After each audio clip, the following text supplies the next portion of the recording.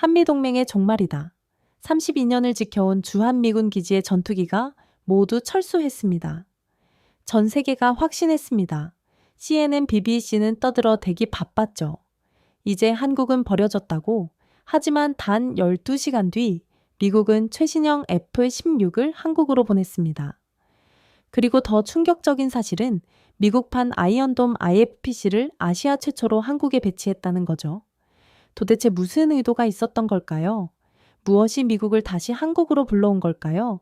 왜 일본도 호주도 아닌 대한민국이었을까요? 지금부터 그 이야기를 시작합니다. 이야기 시작하기 전에 좋아요와 구독 버튼 가볍게 한번 눌러주시면 저 감동 이야기 서은비에게 정말 따뜻한 격려가 됩니다. 지금 어디에서 이 영상을 시청하고 계신지 아래 댓글에 나눠주세요. 32년의 역사가 끝났습니다. 엔진 소리가 멀어지고 하늘이 턱 비었습니다. 그 순간 전 세계 언론이 동시에 외쳤습니다. 한국 버려졌다. 하지만 그들은 몰랐습니다. 그게 끝이 아니라 시작이란 걸 이미 공군 전략 분석가로 25년을 살아온 저는 데이비드 커터입니다. 2025년 9월 저는 오상이지 활주로 끝에 서 있었어요. 바람은 차가웠고 하늘은 낮게 깔린 구름으로 뒤덮여 있었죠. 제 앞에서 거대한 기체들이 하나씩 이륙하고 있었습니다. A-10 공격기 일명 워터호그, 탱크킬러라 불리던 그 전설이 지금 떠나고 있었어요. 1993년부터 이 땅을 지켜온 24대였죠. 32년간 한 번도 빠짐없이 한반도 상공을 날았던 기체들입니다. 두꺼운 장갑과 거대한 게틀링포를 단 그 모습은 그 자체로 공포였어요. 적 전차를 녹여버리는 30미알의 포탄, 초적고도 비행으로 아군을 지키는 근접 항공지원의 신이었죠. 저는 손에 주인 보고서를 내려다봤습니다. 단 한 줄이었죠. A-10 전면 철수 즉시 시행. 믿을 수가 없었어요. 제 옆에 서 있던 미군 정비사 한 명이 중얼거렸습니다. 32년이 이렇게 끝나는군요. 그의 목소리는 떨리고 있었죠. 저 역시 마찬가지였어요. 이건 단순한 기체 철수가 아니었어요. 상징이 사라지는 순간이었으니까요. 오전 8시 마지막 A-10이 활주로를 박차고 올랐습니다. 엔진 소리가 점점 멀어졌고 하늘은 다시 조용해졌죠. 그 고요함이 무섭도록 무거웠어요. 그리고 정확히 1시간 뒤 세상은 폭발했습니다. 시에는 속보가 떴죠. 미국 한국 방어 전력 대폭 축소. BBC도 따라붙었어요. 한미동맹 균열 A-10 철수는 시작일 뿐. 일본 언론은 더 노골적이었죠. 한국 이제 홀로 남겨졌다. 제 휴대전화가 쉴 새 없이 울렸어요. 워싱턴, 도쿄, 베를린에서 걸려온 전화였죠. 모두가 같은 질문을 던졌습니다. 이건 뭡니까? 철수가 진짜입니까? 저는 대답할 수 없었어요. 저 역시 혼란스러웠으니까요. 정부가 되자 한국 증시가 출렁이기 시작했어요. 방위산업 주가가 급락했고 투자자들은 패닉에 빠졌죠. 뉴스는 계속해서 같은 단어를 반복했습니다. 끝내 한국이 버림받았다. 저는 기지사령부 회의실로 들어갔어요. 미군 장성 몇 명이 모여 있었고 분위기는 무겁기만 했죠. 한 장성이 물었어요. 커터잔의 생각은 어떤가? 저는 솔직하게 답했습니다. 모르겠습니다. 이건 전략적으로 말이 안 됩니다. 그 말이 맞았어요. A-10은 단순한 공격기가 아니었거든요. 근접한 공지원의 상징이었고 지상군의 든든한 방패였습니다. 그걸 아무런 예고도 없이 철수시킨다. 말이 안 됐죠. 오후 2시 저는 기지 밖으로 나왔어요. 활주로는 여전히 텅 비어 있었고 경납고는 쓸쓸하게 입을 벌리고 있었죠. 32년간 채워져 있던 그 자리가 이렇게 허전할 줄 몰랐어요.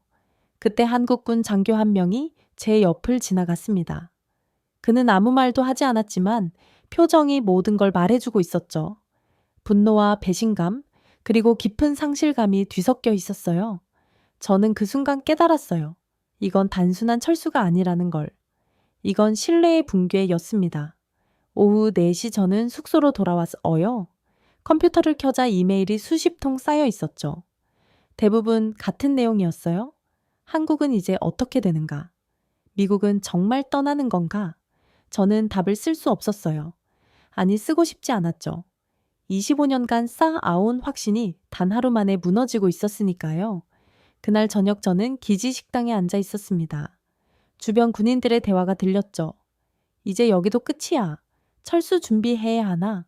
한국은 이제 혼자 버텨야지. 저는 식판을 밀어냈어요. 식욕이 사라졌죠.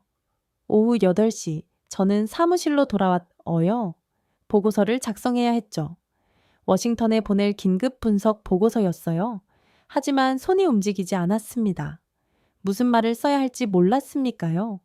그리고 그날 밤 제 휴대전화가 울려댔습니다. 미 태평양 사령부에서 걸려온 전화였죠. 목소리가 급박했어요. 커터 빅 뉴스야. 지금 당장 뉴스 켜봐. 저는 서둘러 텔레비전을 켰어요. 속보가 화면을 채우고 있었죠. 미사와 기지, 최신형 F-16카 전투기, 오상이지로 전면 이동 결정. 저는 숨이 멎는 줄 알았습니다. F-16, 그것도 최신 개량형이요. 화면 속 아나운서가 말했어요. 이미 태평양 사령부는 방금 발표를 통해 일본 미사와 기지에 배치된 F-16B 전투기 25여 대를 오상이지로 얕게 이동 배치한다고 밝혔습니다. 이는 한반도 전력 현대화 및 전방 배치 재편의 일환이라고 설명했습니다. 저는 의자에 주저앉았대요. F-16B 일명 바이퍼 독사라는 뜻이죠. 하지만 이건 그냥 독사가 아니었어요. 진화한 독사였죠. A4 레이더를 장착한 이 기체는 5세대 전투기에 준하는 탐지 능력을 가지고 있었어요. 동시에 여러 목표물을 추적하고 IMR-20D 미사일로 100km 밖에 적을 격추할 수 있었죠. 더 놀라운 건 공대지 능력이었어요. 정밀 유도폭탄과 순항미사일을 동시에 운영하며 공중 우세와 지상 타격을 한 번에 해결하는 멀티롤 파이터, 그게 바로 F-16였습니다. A-10이 떠난 자리에 최신형의 신의 무기가 오고 있었던 거죠. 이게 뭡니까? 12시간 전만 해도 세상은 한국이 버려졌다고 외쳤어요. 그런데 지금은 최신 전투기가 온다고요. 저는 급히 자료를 찾아봤습니다. F-16B는 기존 F-16과는 차원이 달랐죠. 전투 효율이 40%나 상승했고 항전 장비는 완전히 재설계되었어요. 미 공군 이 자랑하는 차세대 전력이었죠. 일본이 가지고만 있어도 든든하다던 그 전투기를 한국으로 보낸다고요? 저는 전화기를 들었어요. 태평양 사령부로 직접 전화를 걸었죠. 담당 장교가 받았어요. 커터 지금 난리야. 모두가 전화하고 있어. 특히 일본 측은 말도 마. 저는 물었죠. 이게 진짜입니까? F-16이 정말 오산으로 옵니까? 그가 답했어요. 진짜야. 이미 승인 떨어졌어. 다음 주부터 이동 시작해. 저는 손이 떨렸어요. 왜 한국입니까? 그가 잠시 침묵하더니 말했어요. 그게 바로 핵심 질문이지. 모두가 그걸 궁금해하고 있어. 전화를 끊고 저는 창밖을 바라봤어요. 오상이지의 밤은 고요했습니다. 하지만 그 고요함 속에서 뭔가가 움직이고 있었죠. 저는 깨달았어요. 이건 철수가 아니었어요. 교체였죠. 미국은 떠난 게 아니었어요. 단지 더 강한 무기를 들고 다시 오는 중이었던 거죠. 32년간 이 하늘을 지켜온 A-10이 떠난 건 끝이 아니었어요. 새로운 시작이었죠. 저는 책상 위에 놓인 사진 한 장을 집어들었습니다. 2003년 오산에서 처음 근무할 때 찍은 사진이었죠. A-10 앞에서 동료들과 함께 찍은 그 사진 속 젊고 패기 넘치던 저는 확신에 차 있었어요. 미국이 세상을 지킨다는 확신이었죠. 그런데 지금 그 확신이 흔들리고 있었어요. 아니, 변하고 있었죠. 그날 밤 저는 보고서 첫 줄에 이렇게 썼어요. 한국은 버려지지 않았다. 오히려 선택받았다. 세상은 아직 몰랐어요. 하지만 저는 알고 있었죠. 이 땅에서 무언가 거대한 일이 시작되고 있다는 걸. 왜 한국인가? 그 답을 찾는 여정이 바로 지금 시작되었습니다. 날이 서늘해지는 9월 저는 다시 오산 기지에 있었습니다. 이번엔 속보가 아니었죠. 실제였습니다. 오전 10시 하늘에서 엔진 소리가 들려왔습니다. 낮고 강렬한 계음이었죠. 저는 활주로 옆 관측대로 뛰어올랐습니다. 그리고 그 광경을 봤습니다. F-16B 1대 D대 3대 줄지어 하강하고 있었습니다. 은빛 기체가 햇빛을 반사하며 활주로에 내려앉았습니다. 바퀴가 땅에 닿는 순간 타이어에서 하얀 연기가 피어올랐죠. 한 대가 착륙하자 곧이어 다음 기체가 내려왔습니다. 20여 대가 모두 착륙하는데 15분이 걸렸습니다. 저는 숨을 참고 지켜봤습니다. 미사와에서 출발한 바이퍼들이 지금 이 땅에 내려앉고 있었습니다. 일본이 아니라 한국이었습니다. 그 의미가 무엇인지 저는 너무나 잘 알고 있었죠. 기지사령관이 제 옆으로 다가왔습니다. 장관이죠? 커터 저는 고개를 끄덕였습니다. 믿기지 않습니다. 그가 조용히 말했습니다. 저도 마찬가지입니다. 하지만 저기 있지 않습니까? 그 순간 전 세계가 들끓고 있었습니다. 도쿄에선 난리가 났습니다. 일본 언론 15개의 매체가 동시에 비판 기사를 쏟아냈죠. 왜 우리가 아니라 한국인가? 한일 안보 균형이 무너졌다. 일본 방위성은 긴급 성명을 냈지만 목소리엔 분노가 섞여 있었습니다. 중국은 더 강경했습니다. 국방부 대변인이 직접 나섰죠. 한반도는 더 이상 완충지대가 아니다. 미국은 전략적 도발을 멈춰라. 베이징의 관영 매체들은 한국이 전쟁의 전초기지가 되고 있다며 연일 경고를 날렸습니다. 러시아 외무부도 한마디 거들었습니다. 한국은 스스로 위험을 초대했다. 냉소적인 성명이었죠. 각국 국방부는 긴급 분석에 들어갔습니다. 워싱턴의 싱크탱크들은 보고서를 쏟아냈고 브뤼셀의 나토 본부에서도 회의가 소집됐습니다. 세계가 한국을 주목하고 있었습니다. 저는 그날 오후 한미 합동 브리핑에 참석했습니다. 회의실엔 미군 장성 5명과 한국군 장교 1명이 앉아 있었습니다. 스크린에는 FM 뉴스비의 배치 계획이 떠 있었죠. 미군 작전 참모가 설명을 시작했습니다. FM 뉴스비는 다음 주부터 한국 공군과 통합 훈련에 들어갑니다. 목표는 완전한 작전 연동입니다. 한국군 대령 1명이 물었습니다. 데이터링크 호환성은 확인되었습니까? 미군 참모가 답했습니다. 98% 호환 가능합니다. 한국의 10호I 체계가 우리 시스템과 거의 완벽하게 맞아떨어집니다. 저는 놀랐습니다. 98%라고요? 그건 거의 동일한 체계라는 뜻이었죠. 그 순간 젊은 한국군 장교 1명이 말했습니다. 저희 KF-21과의 연동도 테스트하고 싶습니다. 회의실이 잠시 조용해졌습니다. 미군 장성이 물었죠. 한국형 전투기 말입니까? 그 장교가 답했습니다. 네, 이미 시뮬레이션에선 성공했습니다. 저는 속으로 중얼거렸습니다. KF-25 한국이 자체 개발한 전투기가 미군의 F-26과 연동된다는 건가요? 일주일 뒤 훈련이 시작됐습니다. 저는 검증인 자격으로 훈련장에 초청됐습니다. 오상이지 지휘통제센터 수십 개의 모니터가 실시간으로 하늘의 상황을 보여주고 있었습니다. FIN-6B 4대가 이륙했습니다. 그리고 평택에서 KF-21 2대가 합류했죠. 6대의 전투기가 하나의 편대처럼 움직이기 시작했습니다. 모니터 속에서 데이터가 흐르고 있었습니다. F-16의 레이더 정보가 KF-21로 전송되고 KF-21의 표적 정보가 F-16으로 넘어갔습니다. 실시간이었죠. 미군 지휘관이 중얼거렸습니다. 믿을 수가 없군. 저도 같은 생각이었습니다. 갑자기 경보가 울렸습니다. 모의 표적이 나타난 거죠. 가상회정 미사일이었습니다. F-16 편대장의 목소리가 스피커에서 흘러나왔습니다. 표적 확인, 요격 준비. 그런데 그 다음이 놀라웠습니다. 한국 조종사의 목소리가 들렸습니다. 데이터 링크 완료, 요격각도 최적화됐습니다. 그의 말투는 침착했고 정확했죠. 미군 편대장이 답했습니다. 확인. 요격 개시. 몇 초 뒤 모의 미사일이 격추됐습니다. 성공이었습니다. 미군 지휘관이 한국군 작전 담당자에게 물었습니다. 훈련이 처음입니까? 한국군 중령이 답했죠. 아닙니다. 세 번째입니다. 3번 만에 이렇게 됩니까? 중령이 조용히 웃으며 말했습니다. 저희는 빨리 배웁니다. 저는 그 말의 전율을 느꼈습니다. 훈련은 계속됐습니다. F-16과 KSA-12T 공중에서 교차 기동을 했습니다. 한 대가 표적을 탐지하면 다른 대가 즉시 요격 위치로 이동했죠. 마치 한 몸처럼 움직이고 있었습니다.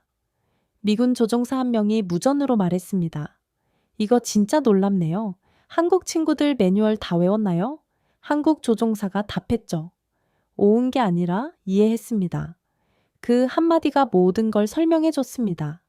한국 조종사들은 단순히 시스템을 작동시키는 게 아니었습니다. 시스템을 완전히 자기 것으로 만들고 있었던 겁니다. 에페어전 적비의 복잡한 항전 장비를 마치 자신의 손발처럼 다루고 있었습니다. 훈련이 끝난 뒤 저는 한국군 조종사 한 명과 대화를 나눴습니다.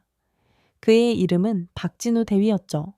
30대 초반으로 보이는 젊은 장교였습니다. 저는 물었습니다. 대위님 어떻게 이렇게 빨리 적응할 수 있습니까? 박진우 대위가 헬멧을 벗으며 답했습니다. 저희는 준비돼 있었습니다. F-16이 오기 전부터 시뮬레이션을 돌렸고 데이터를 분석했어요. 미군이 발표하는 순간 저희는 이미 매뉴얼을 읽고 있었죠. 그렇게 빨리요? 빠른 게 아닙니다. 당연한 겁니다. 그의 눈빛은 확신에 차 있었습니다. 저희는 이 하늘을 지켜야 하니까요. 누가 와도 무엇이 와도 저희가 완벽하게 소화해야 합니다. 저는 할 말을 잃었습니다. 그날 저녁 저는 보고서를 작성하면서 한 문장을 남겼습니다. 한국 공군은 기술을 받아들이는 게 아니라 기술을 창조하고 있다. 며칠 뒤 더 놀라운 일이 벌어졌습니다. F-16과 KAP-11이 실제 전술 훈련에 들어간 겁니다. 이번엔 복잡한 시나리오였죠. 다층 방어망 돌파, 정밀 타격, 공중 우세 확보까지 모든 임무가 한꺼번에 주어졌습니다. 저는 다시 지휘통제센터에 있었습니다. 미군 장성 2명도 함께 지켜보고 있었죠. 훈련이 시작되자 6대의 전투기가 각자의 역할을 완벽히 수행했습니다.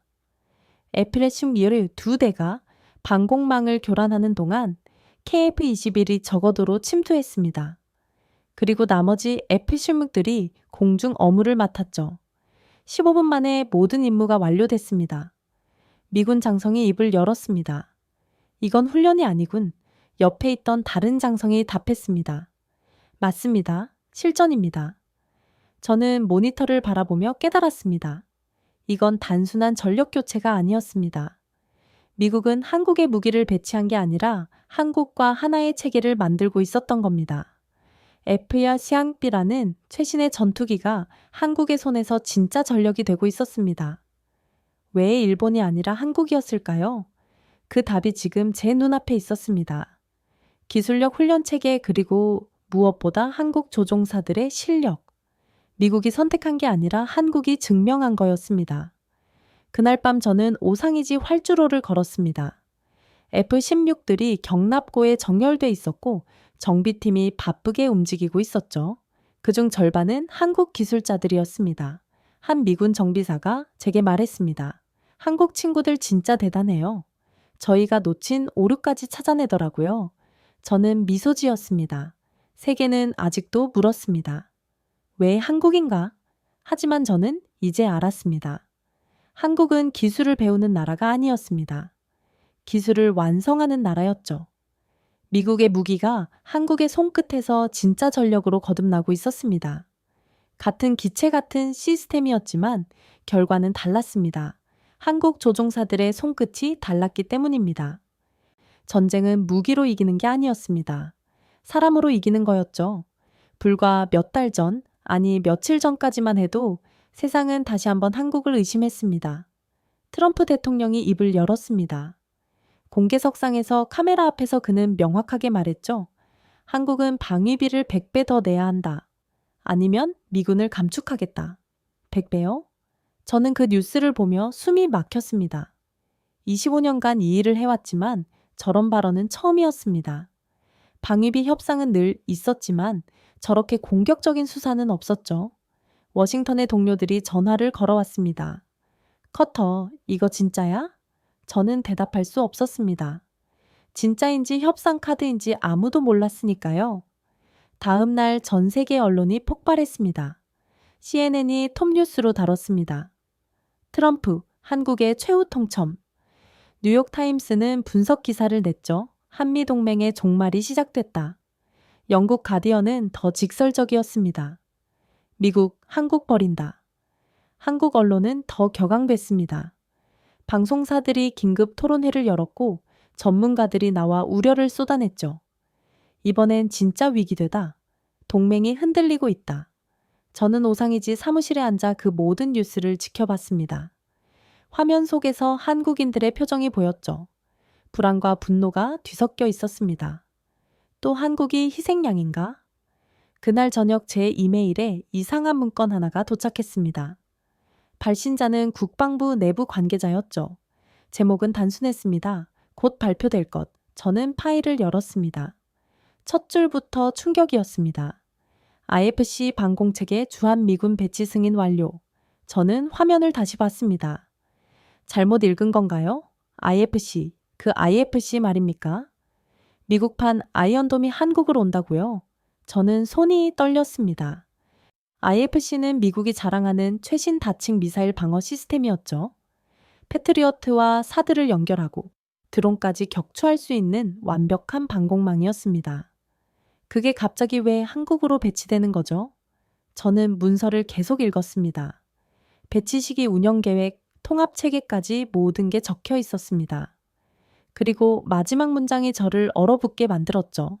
아시아 최초 배치국 대한민국. 일본도 아니고 호주도 아니고 한국이었습니다. 저는 의자에 기대했습니다. 이게 뭡니까? 트럼프는 방금 한국을 버린다고 말했습니다. 세상은 한미동맹의 종말을 외쳤죠. 그런데 동시에 미국은 최신 방공 체계를 한국에 배치하고 있었습니다. 다음 날 아침 저는 긴급 회의에 소집됐습니다. 펜타곤에서 온 고위 장교 2명이 오산에 도착했습니다. 회의실은 삼엄했고 참석자는 5명뿐이었죠. 저를 포함해서요.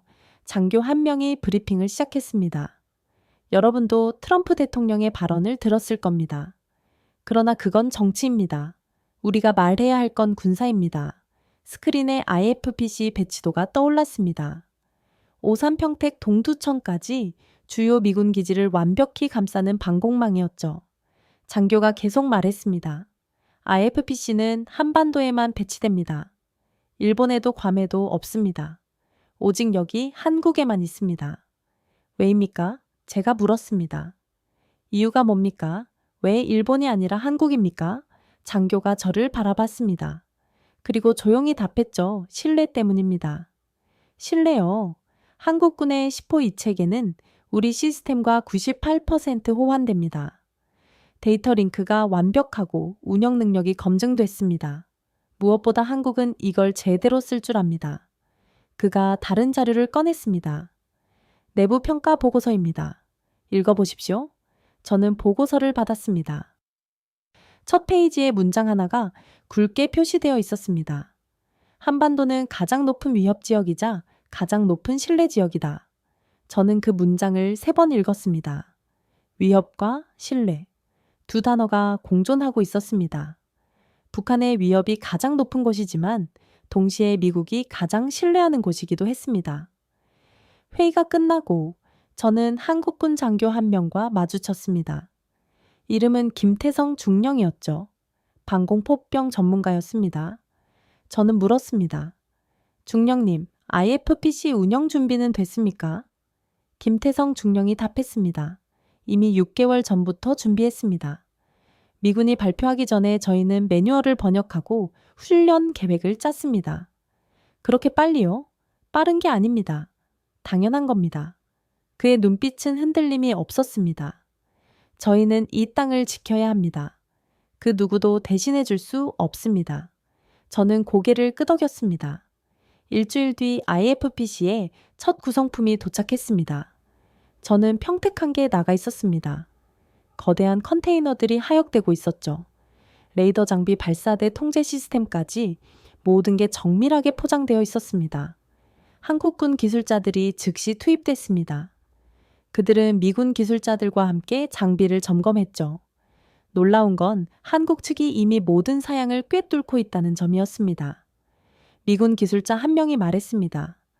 이거 처음 보는 거 맞아요? 한국 기술자가 웃으며 답했죠. 도면으로는 100번은 넘게 봤습니다. 배치 작업은 신속했습니다. 원래 3주 걸릴 일이 10일 만에 끝났습니다.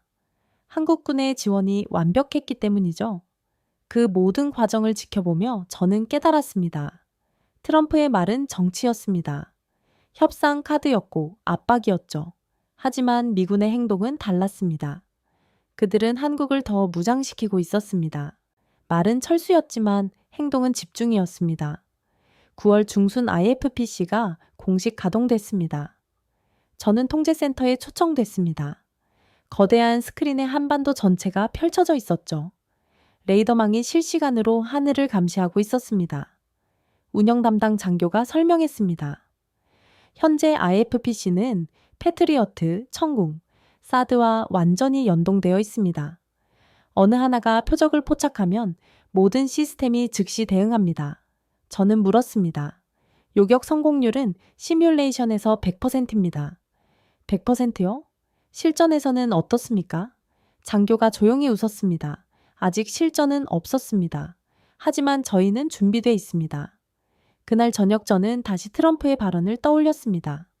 한국은 방위비를 100배 더 내야 한다.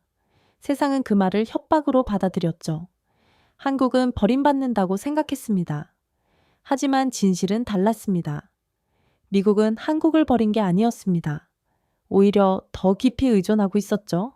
IFPC가 그 증거였습니다. 아시아에서 가장 먼저 가장 완벽하게 한국에 배치됐습니다. 저는 보고서를 작성했습니다.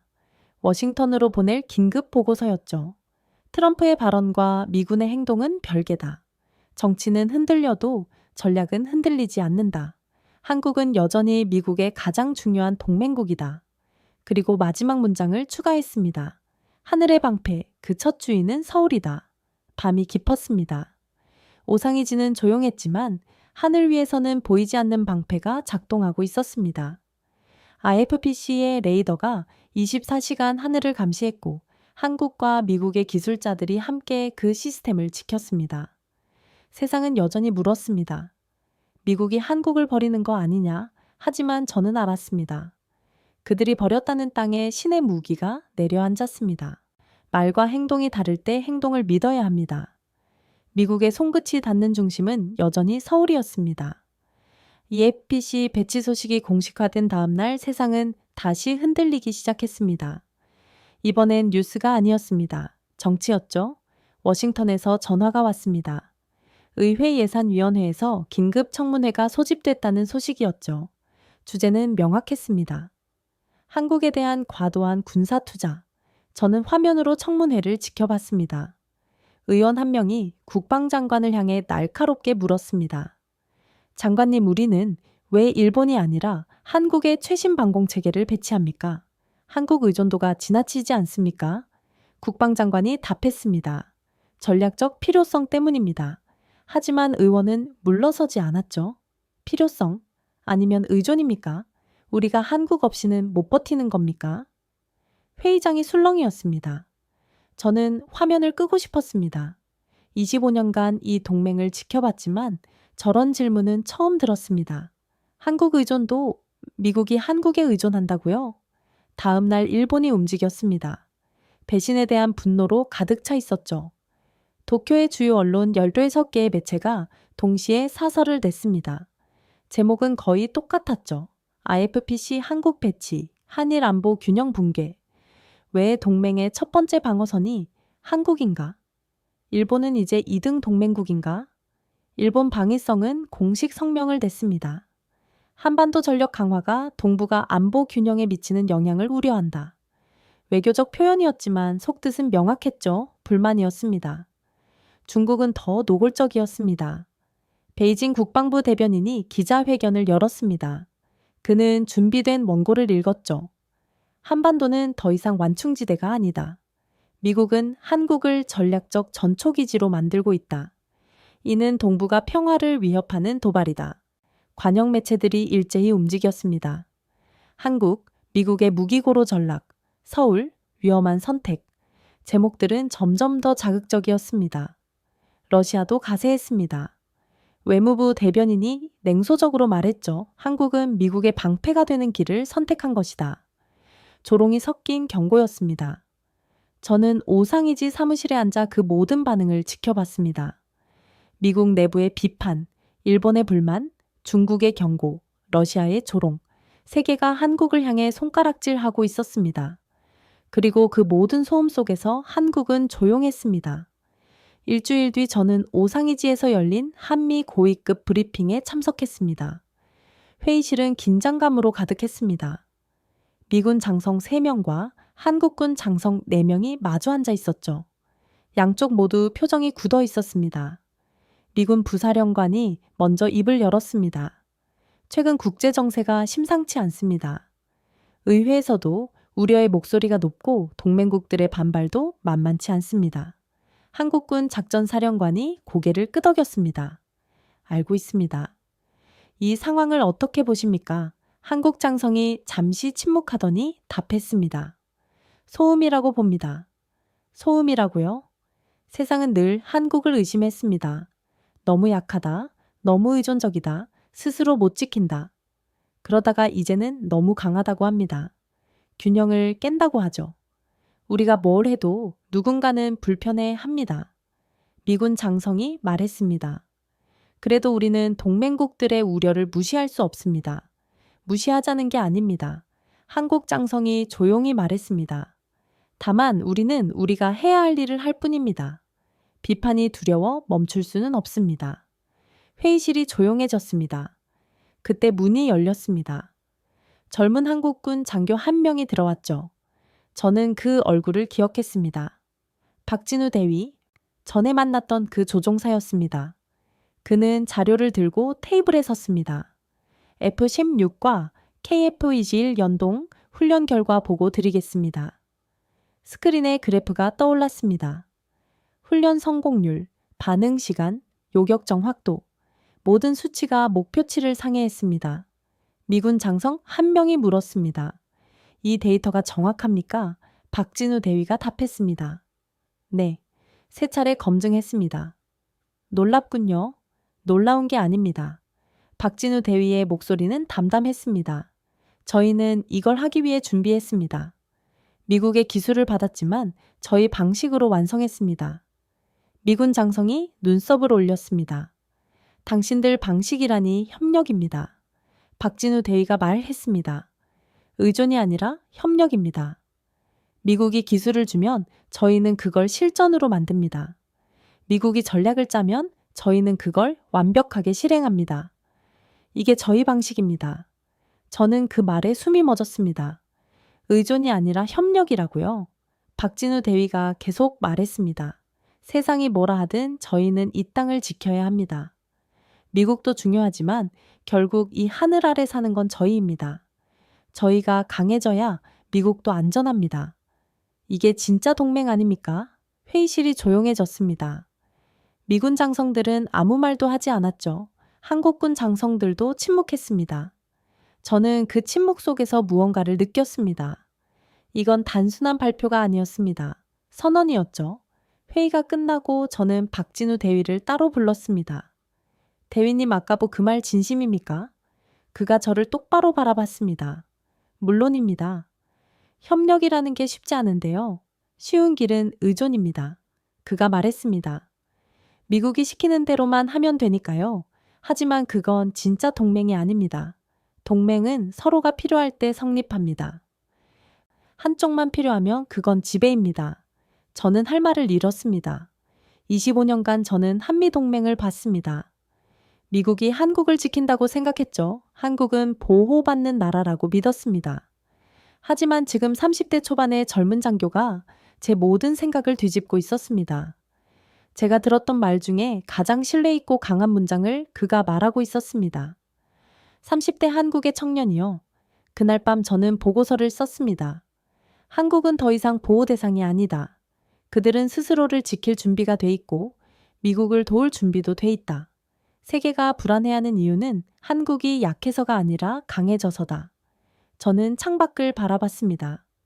오상이지의 밤은 고요했지만 하늘 위에서는 F-8 시험 미역북과 IFPC가 24시간 작동하고 있었습니다. 한국과 미국의 기술자들이 함께 그 시스템을 지키고 있었죠. 미국 의회는 한국 의존도를 걱정했습니다. 일본은 균형이 깨졌다고 불평했죠. 중국은 위협이라 경고했고 러시아는 조롱했습니다. 하지만 진실은 달랐습니다. 한국은 누군가의 방패가 된 게 아니었습니다. 한국은 스스로의 방패를 만들었고 그 과정에서 미국도 함께 보호하고 있었습니다. 이게 진짜 협력이었죠. 세상은 한국의 부상을 불안해했습니다. 하지만 그 불안은 한국이 이제 대등한 파트너가 됐다는 증거였습니다. 왜 한국인가? 이 질문이 제 머릿속을 떠나지 않았습니다. F-16이 왔고 IFPC가 배치됐고 세계가 흔들렸습니다. 하지만 근본적인 의문은 여전했죠. 왜 하필 한국입니까? 일본이 더 안정적이고 호주가 더 넓고 곰이 더 전략적이지 않습니까? 저는 답을 찾기로 했습니다. 2025년 10월 저는 워싱턴으로 날아갔습니다. 펜타곤 국방연구소 싱크탱크를 돌며 자료를 모았죠. 그리고 일주일 뒤 저는 충격적인 진실과 마주했습니다. 한국은 선택이 아니었습니다. 미국에게 대한민국이라는 나라는 필연이었습니다. 첫 번째 이유는 지정학이었습니다. 저는 펜타곤 전략실에서 동북아 지도를 펼쳐놓고 있었습니다. 한 분석관이 손가락으로 한반도를 가리켰죠. 여기를 보십시오. 중국, 러시아, 일본이 삼각으로 둘러싸고 있습니다. 한국은 이 세강대국의 정중앙에 있습니다. 저는 고개를 끄덕였습니다. 그럼 그건 약점 아닙니까? 반대입니다. 그가 말했습니다. 이건 가장 완벽한 감시 지점입니다. 중국의 동쪽 해안선, 러시아의 블라디보스토크, 일본의 서쪽 방어선, 모든 게 한국에서 보입니다. 그는 다른 지도를 꺼냈습니다. 만약 한국이 없다면 우리는 곰에서 모든 걸 감시해야 합니다. 거리가 3배 멀어지고 반응 시간은 5배 늘어나죠. 한국은 지리적으로 대체 불가능합니다. 저는 지도를 응시했습니다. 한반도가 동북아의 중심에 박혀 있었습니다. 마치 거대한 지정학적 앵커처럼요. 두 번째 이유는 기술이었습니다. 다음 날 저는 로키드 마틴 아시아 담당 부사장을 만났습니다. 그는 F-35 정비시설 보고서를 제 앞에 놓았죠. 커터 아시아에서 F-35 부품 정비 권한을 가진 나라가 어딘지 아십니까? 일본 아닙니까? 아닙니다. 그가 웃었습니다. 한국입니다. 한국만이 F-35의 핵심 부품을 분해하고 수리할 권한이 있습니다. 전자장비, 엔진 모듈, 레이더 시스템까지요. 저는 놀랐습니다. 일본도 F-35를 운영하는데요. 운영은 합니다. 하지만 정비는 못합니다. 그가 설명했습니다. 한국은 기술 이전 협정을 완벽히 이행했고 정비 품질이 미본토 수준입니다. 신뢰도 검증이 끝났죠. 아시아에서 F-35가 고장나면 한국으로 보내야 합니다. 그는 다른 자료를 펼쳤습니다. 더 놀라운 건 이겁니다. AI와 드론 전투 시스템 공동 개발입니다. 한국의 국방과학연구소와 미국의 다르파가 함께 자율 전투 시스템을 실험하고 있습니다. 한국은 이제 테스트베드를 넘어 개발 파트너입니다. 저는 숨을 들이켰습니다. 한국이 단순히 미국 무기를 쓰는 나라가 아니었습니다. 미국 무기를 고치고 개선하고 심지어 함께 만드는 나라였습니다. 세 번째 이유는 산업력이었습니다. 워싱턴에서 돌아온 뒤 저는 한국 방산업체의 자료를 파헤쳤습니다. 그리고 경악할 만한 수치를 발견했죠. 포탄 생산량 세계 3위 한국은 연간 수백만 발의 포탄을 생산하고 있었습니다. 125mm 포탄, 박격 포탄, 유독 포탄까지 심지어 미국이 우크라이나에 보낸 포탄 중 상당수가 한국산이었습니다. 전시 대비 물자 보급률 95%, 이건 놀라운 수치였습니다. 전쟁이 터지면 한국은 미국의 도움 없이도 3개월 이상 싸울 수 있다는 뜻이었죠. 탄약, 연료, 부품까지 모든 게 준비돼 있었습니다. 그리고 조선업 한진중공업, 대우조선해양, 삼성중공업, 이 세 회사가 세계 조선 시장의 72%를 장악하고 있었습니다. 그들은 항공모함도 정비할 수 있었죠. 이미 해군의 항공모함이 한국 조선소에서 수리받은 전례 없는 역사상 최초의 기록도 있었습니다. 심지어 러시아도 한국의 조선업 기술을 유독 눈독 들이고 있고 MOU를 맺기 위한 움직임도 포착되고 있었죠. 저는 자료를 내려놓았습니다. 이건 단순한 동맹국이 아니었습니다. 한국은 미국의 군수 기지였습니다. 그렇게 저는 다시 오산으로 돌아왔습니다. 기지사령관이 저를 불렀습니다. 커터, 평택에 가봤습니까? 저는 고개를 저었죠. 아직입니다. 가보십시오. 직접 봐야 믿을 겁니다. 다음 날 저는 곧장 평택 미군 기지로 향했습니다. 거대한 물류 창고가 눈앞에 펼쳐졌습니다. 축구장 10개를 합친 크기였죠. 안으로 들어가자 수천 개의 컨테이너가 정렬돼 있었습니다. 미군 물류 담당 대령이 설명했습니다. 이건 전시 비축 물자입니다. 탄약, 연료, 식량, 의료품까지 모든 게 있습니다. 전쟁이 터지면 우리는 이곳에서 48시간 내에 전 병력을 가동할 수 있습니다. 한국 정부가 허락했습니까? 허락만 한 게 아닙니다. 그가 웃었습니다. 함께 관리합니다. 한국군 물류부대가 이 창고의 절반을 운영하고 있습니다. 우리보다 더 효율적이죠. 저는 창고를 걸으며 깨달았습니다. 한국 없이는 미국도 아시아에서 작전을 수행할 수 없습니다. 한국의 항구, 한국의 공장, 한국의 기술자, 한국의 물류체계 모든 게 연결돼 있었습니다. 그날 저녁 저는 한국군 장교 한 명과 저녁을 먹었습니다. 이름은 이준혁 대령이었죠. 군수 전문가였습니다. 저는 물었습니다. 대령님, 솔직히 말씀해 주십시오. 한국은 미국에 얼마나 의존하고 있습니까? 이준혁 대령이 잠시 생각하더니 답했습니다. 기술은 60% 정도 미국에 의존합니다. 하지만 산업은 우리가 독립적입니다. 우리는 스스로 만들 수 있고 스스로 고칠 수 있습니다. 그럼 미국은요? 그가 조용히 웃었습니다. 미국은 우리에게 40% 이상 의존합니다. 정비, 물류, 생산기지로 서요. 이건 상호 의존입니다. 한쪽만 필요한 관계가 아닙니다. 저는 고개를 끄덕였습니다. 그날 밤 저는 최종 보고서를 작성했습니다. 미국이 한국을 버릴 수 없는 이유는 4가지다. 지정학적 위치, 기술적 실로, 산업적 영향, 그리고 상호 의존의 깊이. 한국은 더 이상 보호받는 나라가 아니다. 한국은 미국이 의존하는 파트너다. 저는 마지막 문장을 추가했습니다. 한국 없이는 미국도 동북아에서 버틸 수 없다. 이건 선택이 아니라 필연이다. 창밖으로 평택항이 보였습니다. 거대한 컨테이너선들이 정박해 있었고 밤에도 하역 작업이 계속되고 있었죠. 한국과 미국의 깃발이 나란히 펄럭이고 있었습니다. 세상은 여전히 물었습니다. 왜 한국인가? 이제 저는 답할 수 있었습니다. 한국은 지도의 중심이었고 기술의 파트너였고 산업의 기반이었습니다. 미국이 한국을 선택한 게 아니라 한국이 스스로를 증명했습니다. 전쟁은 무기로 이기지 않습니다. 산업으로 이깁니다. 그리고 한국은 그 산업의 심장이었습니다. 이번엔 관찰자가 아닌 검증인으로 오상이지에 서 있습니다. 이미 태평양 사령부가 한미연합 공중훈련에 국제검증인을 초청했습니다. 나토, 호주, 싱가포르에서 군사 전문가들이 왔죠. 저도 그중 한 명이었습니다. 국제안보연구소 선임연구원 자격이었습니다. 오전 9시 저는 오상이지 지휘통제센터로 안내됐습니다. 문을 열고 들어간 순간 저는 숨이 멎었습니다. 거대한 방이었습니다. 벽면 전체가 스크린이었죠. 수십 개의 모니터가 실시간으로 한반도 상공을 보여주고 있었습니다. 레이더 화면, 전투기 위치, 통신 채널, 무기 상태까지 모든 정보가 한눈에 들어왔습니다.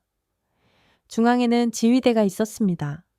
미군 지휘관 2명과 한국군 지휘관 2명이 나란히 앉아 있었죠. 그들 앞에는 각자의 콘솔이 있었고 손가락이 빠르게 움직이고 있었습니다. 안내 장교가 설명했습니다. 오늘 훈련은 실전 시나리오입니다. 정미사일 공격을 가정하고 전 방공망이 가동됩니다. 저는 고개를 끄덕이며 자리에 앉았습니다. 옆에는 호주군 준장이 앉아 있었죠. 그가 작게 중얼거렸습니다. 이거 장난 아니네요. 오전 10시 훈련이 시작됐습니다. 스피커에서 목소리가 흘러나왔습니다. 레드포스 26 반복한다. 레드포스 26 가상의 적기가 출격한 거였습니다. 메인 스크린에 빨간 점들이 나타났습니다. 북쪽에서 남하하는 표적들이었죠. 12개의 빨간 점이 한반도를 향해 움직이고 있었습니다. 미군 지휘관이 명령했습니다. 블루포스 스크림블 전 편대 이륙하라. 3분 뒤 오산에서 F-16B 4대가 기륙했습니다. 동시에 평택에서 KFC-1 D대가 합류했죠. 스크린에 파란 점들이 나타났습니다. 저는 모니터를 응시했습니다. 빨간 점과 파란 점이 점점 가까워지고 있었습니다. 갑자기 데이터가 폭발적으로 흐르기 시작했습니다. F-16의 레이더 정보가 실시간으로 KF-21로 전송됐습니다. KF-21의 표적 데이터가 즉시 F-16으로 넘어갔죠. 동시에 지상의 IFPC 시스템도 연동됐습니다. 패트리어트, 청웅, IFPC까지 모든 방공망이 하나로 묶였습니다. 한국군 작전관이 보고했습니다. 데이터 링크 완료. 전 시스템 통합 작동 중입니다. 미군 지휘관이 답했습니다. 확인. 요격 순서 지정하라. F-16 편대 고고도 표적 담당. KF-21 저고도 침투 표적 담당. 지상 방공망은 누락 표적 대응. 저는 전율했습니다. 이건 단순한 훈련이 아니었습니다. 완벽한 전투 시나리오였죠. 각 전력이 자기 역할을 정확히 알고 있었고 시스템이 자동으로 임무를 분배하고 있었습니다. 빨간 점들이 사거리 안으로 들어왔습니다. F-16 편대장의 목소리가 들렸습니다. 표적 낙온, 미사일 발사 준비. 그 순간 KF-21 조종사의 목소리가 끼어들었습니다. 이번 표적 각도 수정 필요합니다. 데이터 전송합니다. 1초도 안 돼서 F-16 편대장이 답했습니다. 데이터 수신, 각도 수정 완료. 저는 입을 벌렸습니다. 지금 뭘 본 겁니까? 한국 조종사가 미군 조종사에게 전술 조언을 한 겁니까? 그것도 실시간으로 호주군 준장이 중얼거렸습니다. 미쳤네요. 저게 가능한 거예요? 스크린 속에서 파란 선이 뻗어나갔습니다. 미사일이 발사된 겁니다. 3초 뒤 빨간 점 하나가 사라졌습니다. 격추였습니다. 연이어 F-16 2대가 미사일을 발사했습니다. 빨간 점이 2개 더 사라졌죠. 그런데 문제가 생겼습니다. 빨간 점 하나가 저거도로 급강하하며 방공망을 뚫고 들어오고 있었습니다. F-16의 사각지대였죠. 한국군 지휘관이 즉시 명령했습니다. 천공 3호 기동. 표적 추적하라. 지상 방공망이 움직였습니다. 천공 미사일 시스템이 표적을 포착했죠. 동시에 IFPC도 반응했습니다. 천공 발사 준비, IFPC 백업 준비, 표적거리 35km, 긴장감이 최고조에 달했습니다. 저는 숨을 참았습니다. 옆에 호주 준장도 몸을 앞으로 기울이고 있었죠. 발사. 스크린에서 초록색 선이 솟아 올랐습니다. 천공 미사일이었습니다. 빨간 점을 향해 정확히 날아갔죠. 3초 뒤 빨간 점이 사라졌습니다. 격추 성공이었습니다.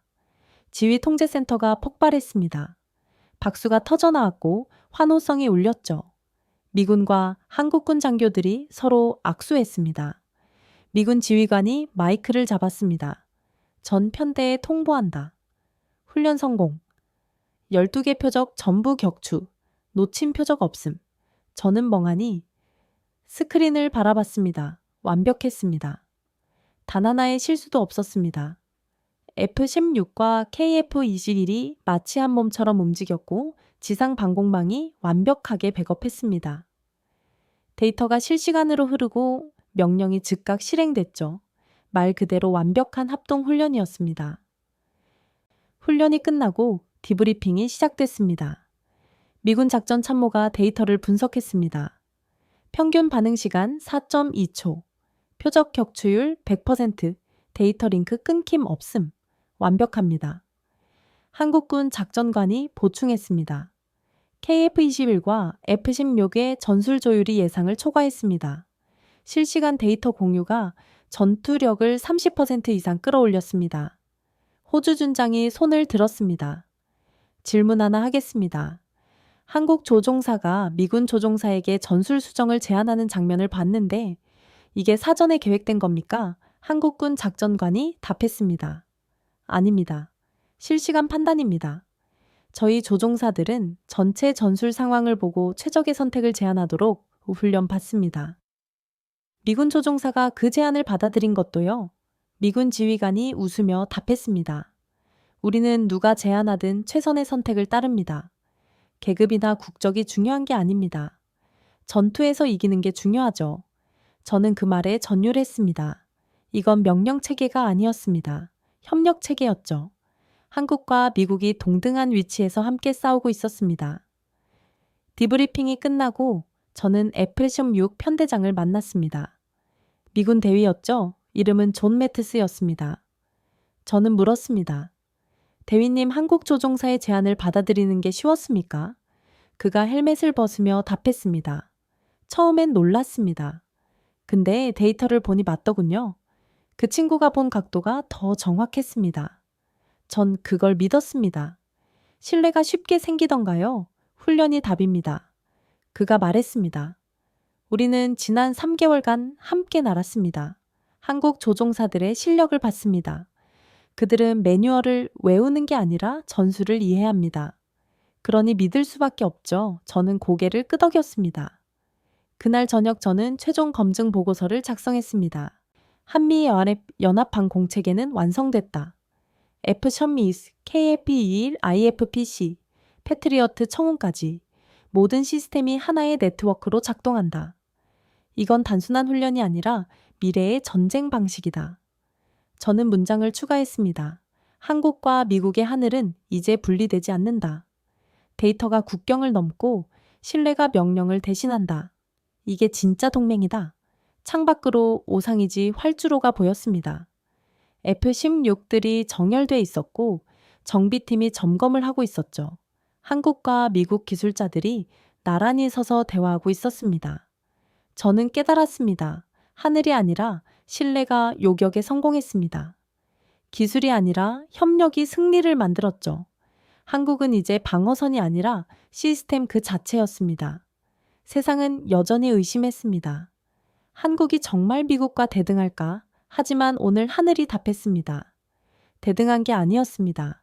이미 하나였습니다. 오상이지 미군 장병식당에서 이상한 농담이 돌기 시작했습니다. 우리가 한국을 지키는 거야. 한국이 우릴 지키는 거야. 처음엔 우선 엉겼습니다. 25년간 주둔한 미군이 뭔 소리냐고요.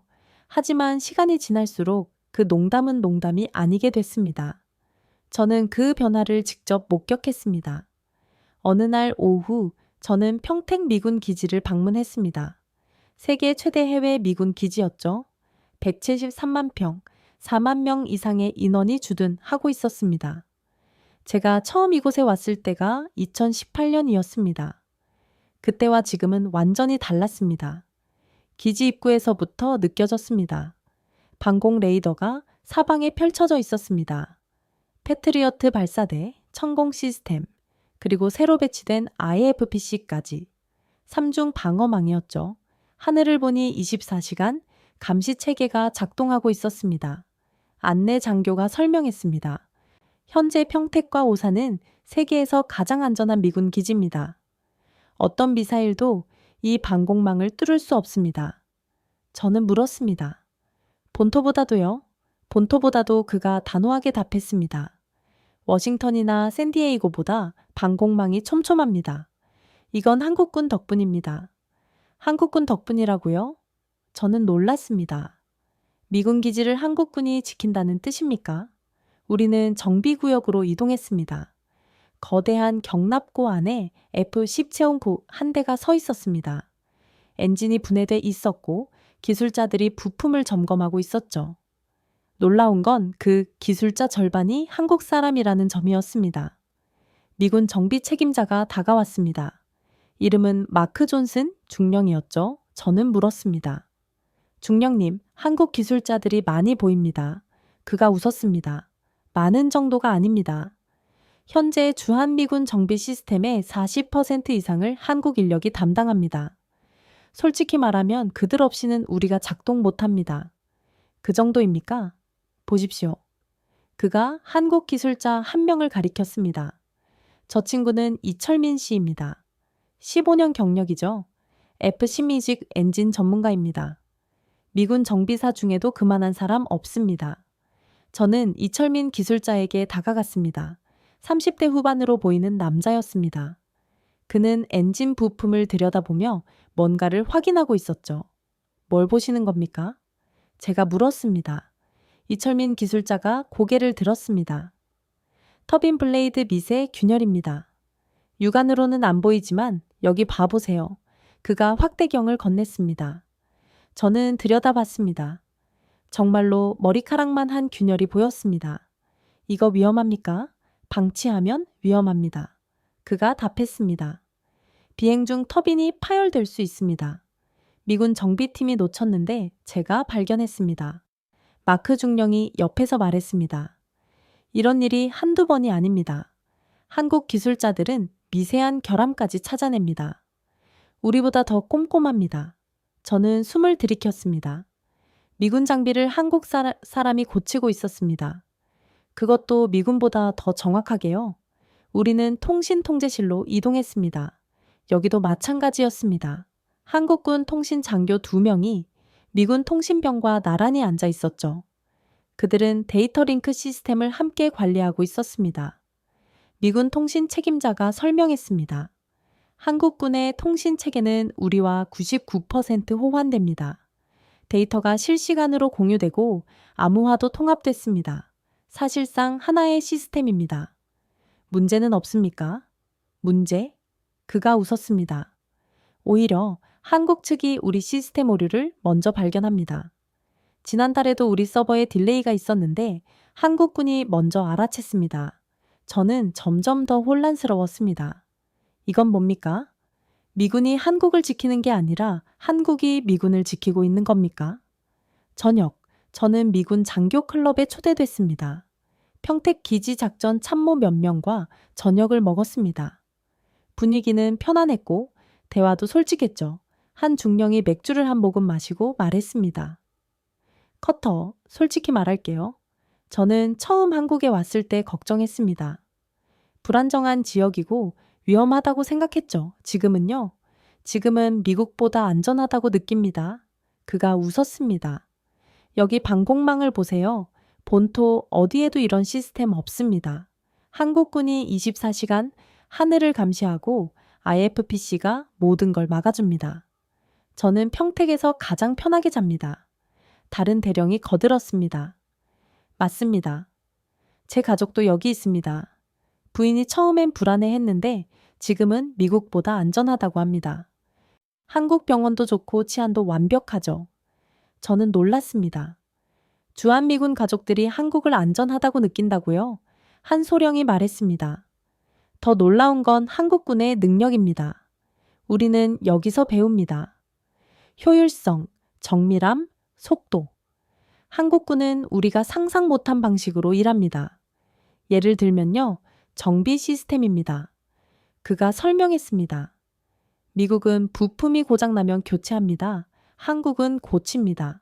그리고 더 좋게 만듭니다. 비용도 절반이고 시간도 절반입니다. 우리가 배워야 합니다. 저는 와인잔을 내려놓았습니다. 25년간 저는 미군이 한국을 가르친다고 생각했습니다. 하지만 지금은 반대였습니다. 한국이 미군을 가르치고 있었습니다. 다음 날 아침 저는 오상기지로 돌아왔습니다. 기지사령관이 저를 불렀습니다. 커터, 어제 평택은 어땠습니까? 저는 솔직하게 답했습니다. 충격이었습니다. 그럴 겁니다. 그가 웃었습니다. 저도 처음엔 믿기지 않았습니다. 하지만 이게 현실입니다. 주한미군은 한국 없이 작동 못합니다. 그럼 우리가 여기 있는 이유는 뭡니까? 사령관이 잠시 침묵하더니 말했습니다. 보호자가 아닙니다. 파트너입니다. 우리는 한국과 함께 이 지역을 지킵니다. 한국이 우리를 돕고 우리가 한국을 돕습니다. 이게 진짜 동맹입니다. 저는 고개를 끄덕였습니다. 그날 오후 저는 활주로를 걸었습니다. F-16들이 정열돼 있었고 정비팀이 점검을 하고 있었습니다. 한국 기술자와 미군 정비사가 나란히 서서 부품을 확인하고 있었죠. 그들은 웃으며 대화했고 손짓으로 설명했습니다. 한 미군 정비사가 한국 기술자에게 물었습니다. 이거 어떻게 고쳤어요? 한국 기술자가 답했습니다. 간단합니다. 여기 연결 부분을 조정하면 돼요. 미군 정비사가 감탄했습니다. 천재네요. 매뉴얼에도 없는 방법인데 저는 그 광경을 보며 깨달았습니다. 이곳은 미군 기지가 아니었습니다. 한미 공동기지였습니다. 국적이 중요한 게 아니라 실력이 중요했습니다. 계급이 아니라 신뢰가 작동하고 있었습니다. 저는 보고서를 작성했습니다. 주한미군의 역설, 그들은 한국을 지키러 왔지만 이제 한국이 그들을 지킨다. 평택과 오산은 세계에서 가장 안전한 미군 기지다. 한국의 방공망, 한국의 기술, 한국의 효율성 덕분이다. 저는 마지막 문장을 추가했습니다. 미군은 이제 알고 있다. 이 땅이야말로 가장 안전한 본토라는 것을 창 밖으로 오산 기지가 보였습니다. 해가 지고 있었고 활주로에 불이 켜지기 시작했습니다. 한국과 미국 국기가 나란히 펄럭이고 있었죠. 저는 25년 전을 떠올렸습니다. 그때 저는 확신했습니다. 미국이 세상을 지킨다고요. 하지만 지금 그 확신은 바뀌었습니다. 세상은 함께 지키는 것이었습니다. 한국과 미국이 동등한 파트너로 서로를 지키고 있었습니다. 10월 서울 용산 전쟁기념관에서 대규모 국제 세미나가 열렸습니다. 인도태평양 안보 포럼이라는 이름이었죠. 이나도 호주, 싱가포르, 인도, 영국에서 군 장성과 전략가들이 참석했습니다. 저도 발표자 중 한 명이었습니다. 회의장에 들어서는 순간 저는 분위기를 느꼈습니다. 30개국 대표 150명이 모여 있었습니다. 이들은 모두 한 가지 주제에 집중하고 있었죠. 변화하는 동북아 전략 환경, 개회사가 시작됐습니다. 한국 국방부 정책실장이 단상에 섰습니다. 여러분을 서울에 모시게 돼 영광입니다. 오늘 우리는 인도태평양 안보의 새로운 국면을 논의할 것입니다. 첫 세션이 시작됐습니다. 주제는 한반도 방공체계의 진화였습니다. 한국군 작전본부장이 발표했습니다. 스크린에 데이터가 떠올랐죠. F-16 소비, KH-용, IFPC, 파트리어트 천공까지 4가지 전력의 통합 네트워크였습니다. 현재 한반도 방공망은 실시간 연동률 97%를 기록하고 있습니다. 이는 세계 최고 수준입니다. 청중석에서 손이 올라갔습니다. 영국 공군준장이었죠. 한국 독자 시스템과 미국 시스템의 호환성이 그렇게 높습니까? 98%입니다. 본부장이 답했습니다.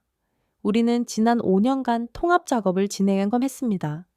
현재는 사실상 단일 시스템으로 작동합니다.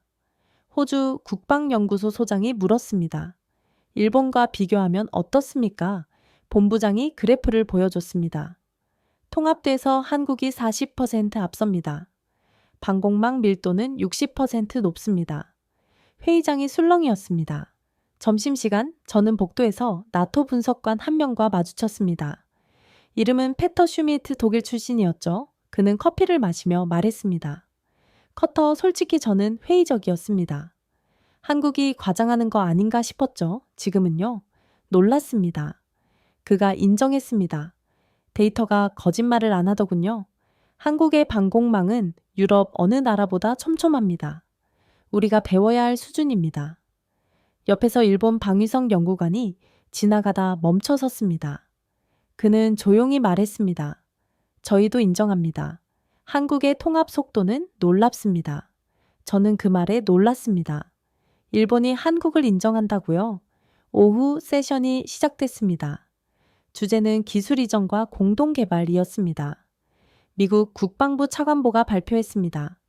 한국은 아시아에서 유일하게 F-35 핵심 부품 정비 권한을 보유하고 있습니다. 로키드 마틴의 검증을 통과한 유일한 국가입니다.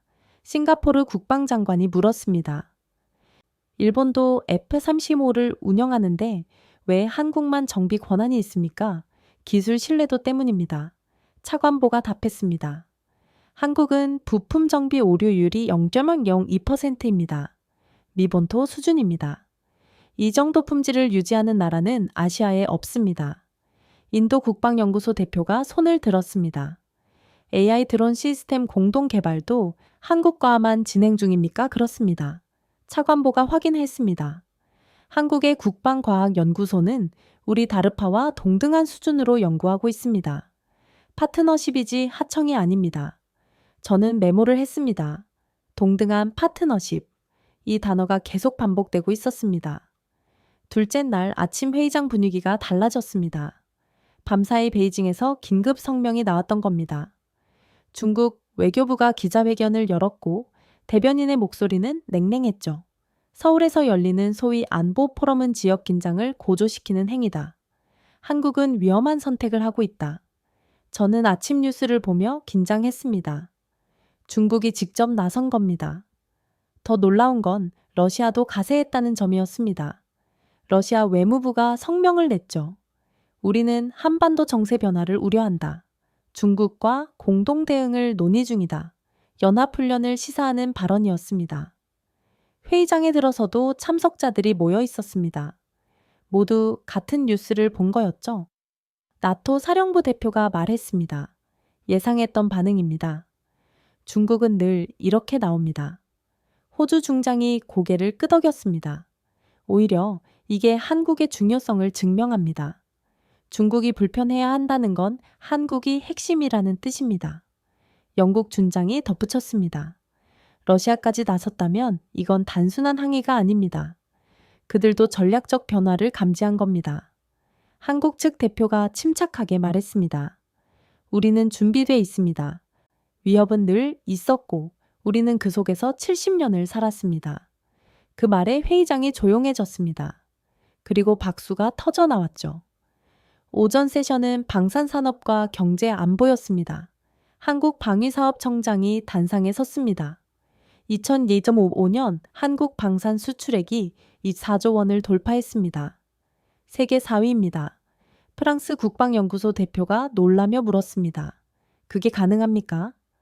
5년 전만 해도 12건 바뀌었는데요.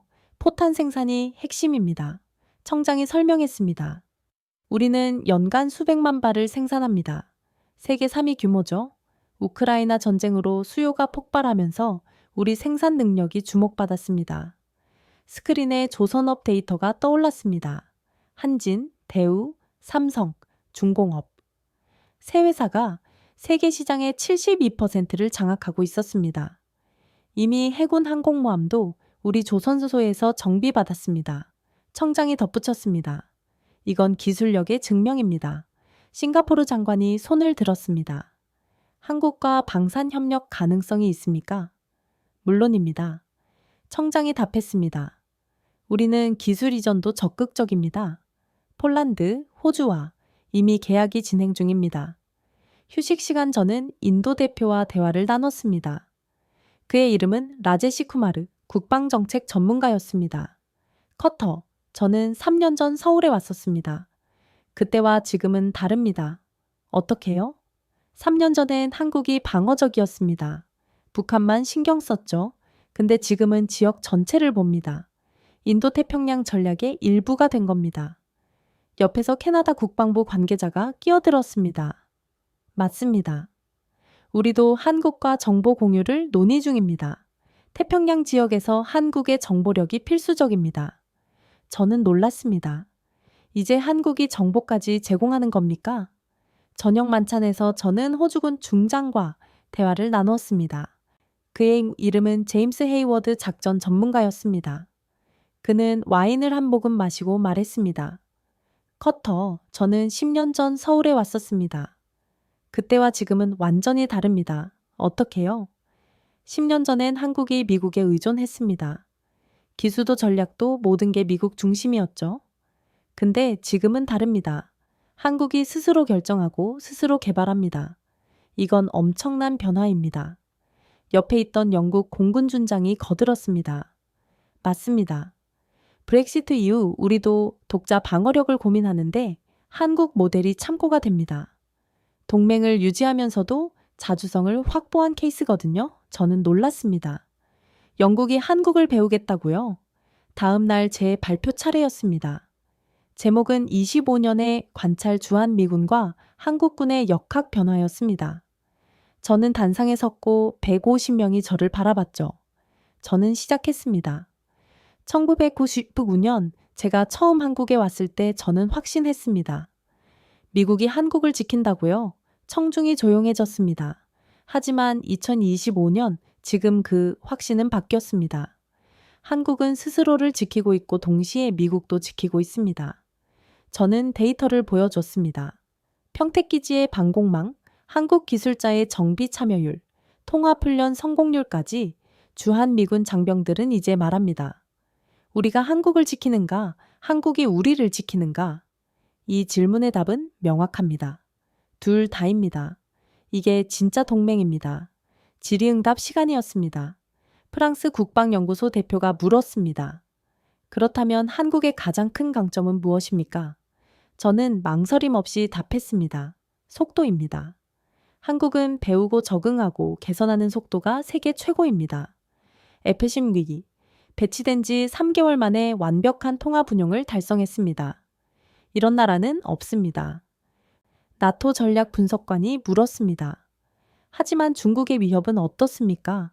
한국이 너무 전방에 나서면 위험하지 않습니까? 저는 잠시 생각했습니다. 그리고 답했습니다. 위험은 늘 있습니다. 하지만 한국은 그 위험 속에서 70년을 살았습니다. 그들은 위험을 관리하는 법을 압니다. 오히려 그 경험이 한국의 강점입니다. 박수가 터져 나왔습니다. 세계가 한국을 보는 눈이 바뀌었습니다. 의심에서 확신으로, 보호 대상에서 파트너로, 이건 단순한 인식 변화가 아니었습니다. 실력으로 증명된 변화였죠. 세미나가 끝나고 저는 전쟁 기념관 밖으로 나왔습니다. 서울 하늘은 맑았습니다. 용산거리엔 사람들이 평화롭게 걸어 다니고 있었죠. 저 하늘 위에서 보이지 않는 방패가 작동하고 있다는 걸 그들은 몰랐습니다. 저는 25년 전을 떠올렸습니다. 1999년 처음 오산에 도착했을 때 저는 젊었고 확신에 차 있었습니다. 미국이 세상을 지킨다는 확신이었죠. 한국은 우리가 보호해야 할 약한 나라라고 믿었습니다. 하지만 지금 그 모든 확신이 바뀌었습니다. 한국은 더 이상 최전선이 아니었습니다. 중심선이었습니다. 세계의 시선이 서울로 향했고 한국은 그 시선을 정면으로 받아냈습니다. 실력으로 신뢰로 그리고 흔들림 없는 준비로 중국이 불편해자고 러시아가 경고했습니다. 하지만 그건 오히려 증거였습니다. 한국이 중요하다는 증거였죠. 그날 서울의 하늘은 구름 한 점 없이 맑았습니다. 의존이 아닌 협력으로, 보호 대상이 아닌 파트너로, 최전선이 아닌 중심선으로 대한민국은 스스로의 힘으로 세계의 중심에 섰습니다. 버려졌다던 그날 한국은 신의 무기를 맞이했습니다. 그리고 그 무기를 완벽하게 다뤘습니다. 이것이 바로 2025년 세계가 목격한 대한민국의 진짜 모습입니다. 오늘의 이야기를 함께 해주셔서 감사합니다.